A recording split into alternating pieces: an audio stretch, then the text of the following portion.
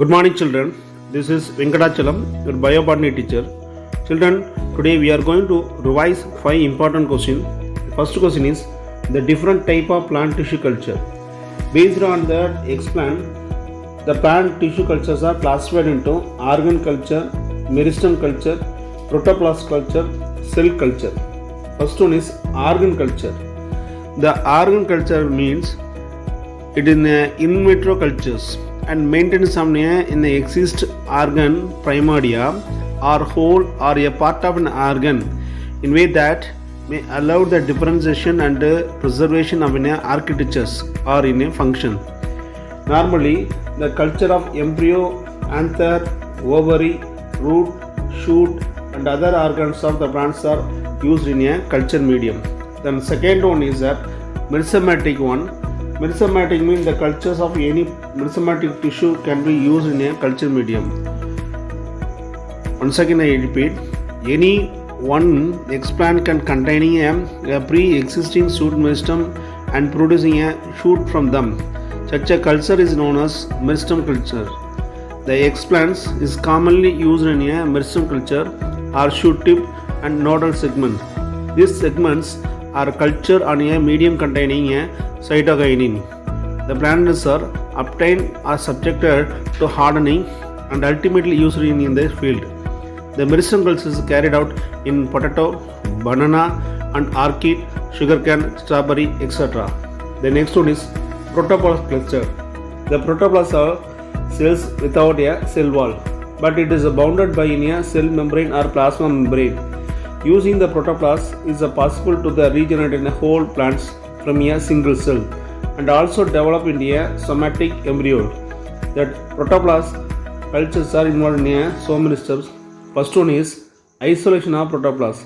A small bits of protoplast tissue, a leaf-like tissue are used for the isolation of protoplast. The leaf tissue is immersed in a 0.5% of macrozyme and 2% of Onaka cellulose enzyme and dissolved in a 13% of sorbitol or mannitol and the pH is 5.4 and it is incubated over the night at a 25 degrees Celsius.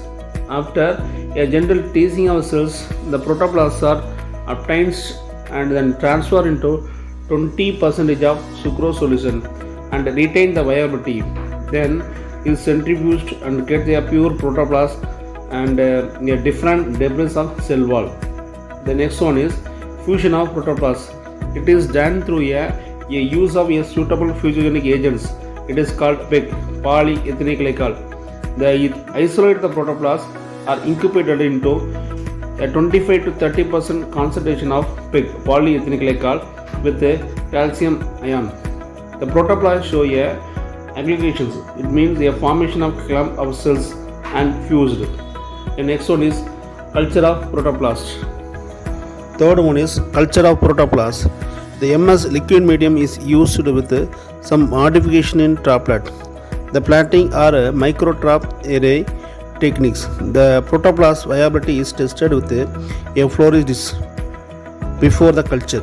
The cultures are incubated in continuous light nearly 1000 to 2000 lux at 25 degrees Celsius.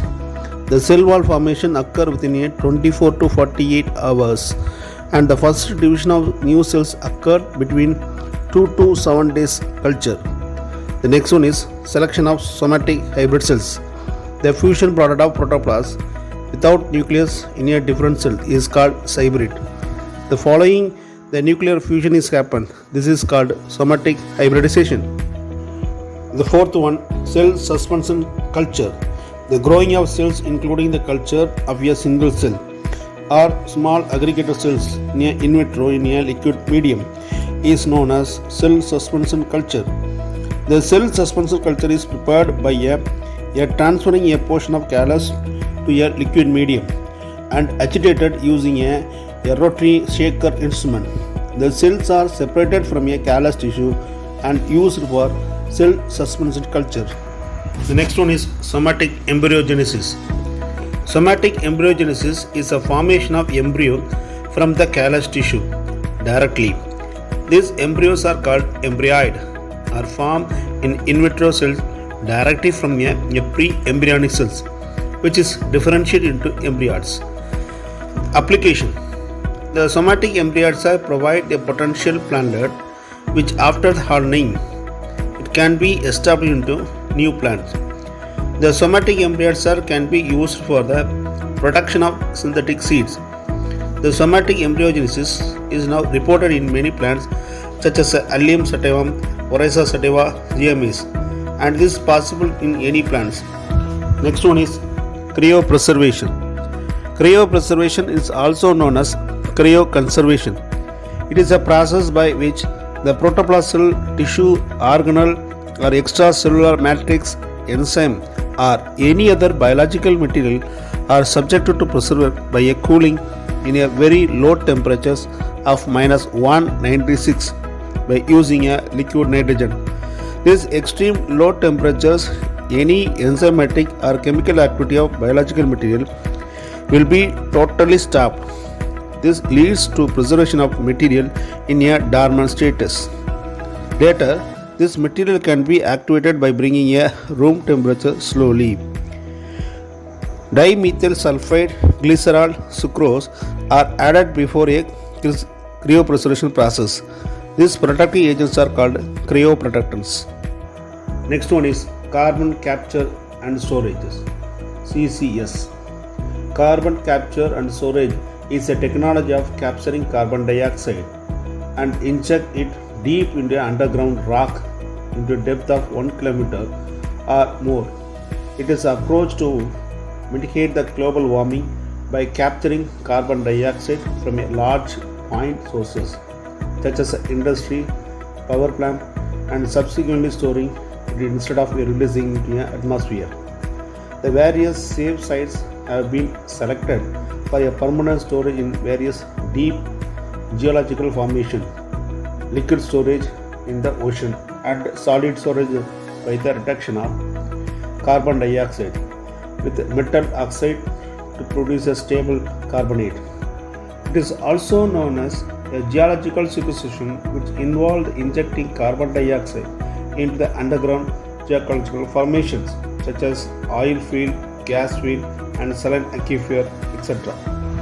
The last question: greenhouse effect and global warming. The greenhouse effect is a process which radiant heat from a sun is captured by the gases in the atmosphere that increasing the temperature of earth ultimately. These gases that capture heat are called greenhouse gases. It is included carbon dioxide, methane, nitrogen oxide, and variety of manufacture of chemicals like a chlorofluorocarbon. Increasing the greenhouse gases lead to the irreversible changes in a major ecosystem and climate patterns. The coral ecosystem is affected by the increasing the temperature, especially the coral bleaching observed in a Gulf of Mannar in Tamil Nadu. So, the increasing the global temperatures due to the increasing the concentration of greenhouse is called global warming. Next one is effects of global warming. The rise in a global temperature, it causes a sea level and raises a polar ice cap and glaciers begin to melt and causing a submerge of many coastal cities in a part of the world. There will be a drastic changes in the weather pattern, bringing a more floods and drought in some areas. The biological diversity may get modified. Some species ranges are redefined. The tropics and subtropic may face the problem of decreasing food production. Okay children, let's continue the remaining portion in next class. Take care. Bye.